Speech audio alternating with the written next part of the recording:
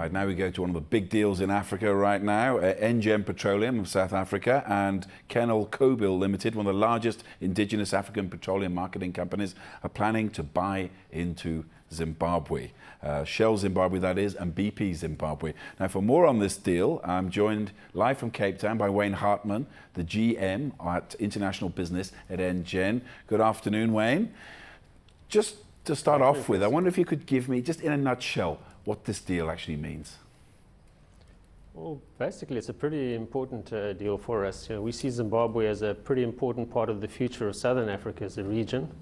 The deal itself is about a joint venture operation in Zimbabwe, currently between Shell and BP. Ourselves and Kenil Kobil are going to take over, and it's a significant part of that market.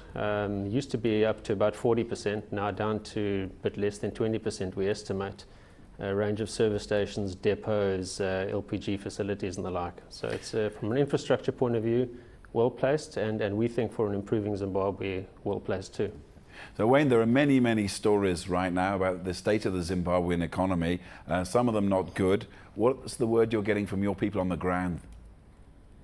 Well, I'll give you some first-hand information. Each time I go there, and I've been there a few times recently, I see improvements on the ground, more people in the airports, more people in the hotels. We've had interactions with the ministers, and we have a view that Zimbabwe is going to come right. Obviously, otherwise we wouldn't be making this kind of acquisition. It still has no currency of its own, and there's still a lot of uncertainty from business people I know operating there. How are you going to deal with that?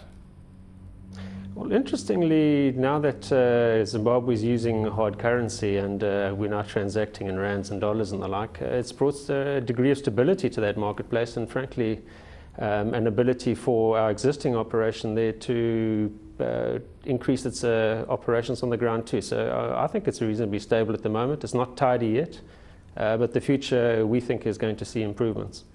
Now, I reported from Zimbabwe for a number of years, and one of the stories we did cover was that there was a tradition of late payments in the fuel sector. In fact, sometimes it even led to riots because of shortages, because of late payments in the fuel sector. How concerned are you about that?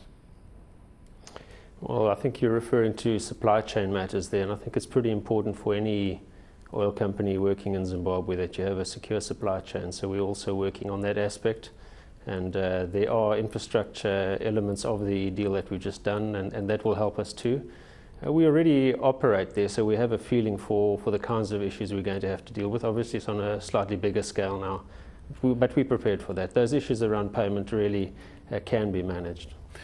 One of the issues that I do have to ask you about, the mining industry found out the hard way. How much do you fear that there could be nationalization further down the line of your private assets there in Zimbabwe? Well, we've had interactions with the authorities in Zimbabwe, and we've discussed this very term. Obviously, they have the indigenization legislation in the country. We had frank discussions about that, and as best we can ascertain, there are no intentions of anything like that. Obviously, it would be really counterproductive for Zimbabwe to go and do something like that right now. Our view is the future is going to see improvement rather than regression. I mean, at a recent mining conference, the Zimbabwe minister refused to say that he was going to enshrine property rights for foreign investors. I mean, it's a bit of a concern for all business people, surely. That would be a concern, and I think you're highlighting another issue here. The fact of the matter is that when you interact with the authorities in Zimbabwe, you don't always get exactly the same story from whoever you're interacting with, and that is part of what we have to deal with. But fundamentally, we have a positive view of Zimbabwe going forward, and we know there are going to be issues as we go forward. Our view is that we will deal with those as they come along, and overall in the future, Zimbabwe is going to play a key part of our operation in Southern Africa. What about your shareholders? I mean, how likely are they going to react to an exposure now to Zimbabwe? Well, we wouldn't have made this acquisition without shareholder support. There's a significant sum of money involved here, and obviously we have their support, and they have a similar view to ourselves. Otherwise, they wouldn't be supporting us. On the other side of the coin, so how are you going to take it forward now? How are you going to try and develop this business using a base in Zimbabwe in the future? Well, effectively what we have is a good collection of assets on the ground. As conditions improve and economic activity starts growing, opportunities will present themselves to further expand that operation. And so what we're going to do now is go in there, work with our new partners, work out how we make this thing efficient and operating well on the ground, and then look for opportunities to expand as we go forward. And obviously we also have our existing operation there. We're going to have to work out how we deal with the fact that we now effectively have 2 operations in Zimbabwe. And also, last but not least, it is highly important, what are the chances of getting all of this deal through the competition authorities in Zimbabwe? Well, we've had a few interactions, and there's a team in Zimbabwe as we speak at the moment, and they are interacting with the relevant authorities there. Obviously, it is subject to approval of authorities, not just in Zimbabwe, but also in South Africa and Kenya as well. And those are hurdles that we will face, and we believe there shouldn't be a problem there. You know, the JV has been operating in Zimbabwe.